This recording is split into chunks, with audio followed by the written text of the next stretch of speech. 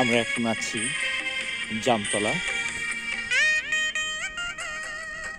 জামতলায় যে বিস্তীর্ণ হরিণের চারণভূমি আপনারা দেখতে পাচ্ছেন, হরিণের চারণভূমি, এবং পাশে আছে টাইগার পয়েন্ট।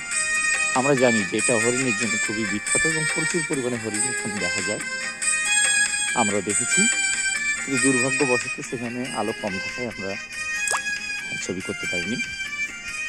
এখন যেহেতু রোদ হয়ে গেছে এবং পর্যটকের সংখ্যাও বেড়ে গেছে, জানিয়ে রাখি যে আমরা 4:30টার সময় আজকে শিবসাড়ি রাত, সেখান থেকে অনেক ভোরে আসি, যখন এখানে আলোই হয়নি, আমরা দাঁড়ায় থাকি অনেক সময়, তারপরে একদম প্রথম প্রহরে আসি।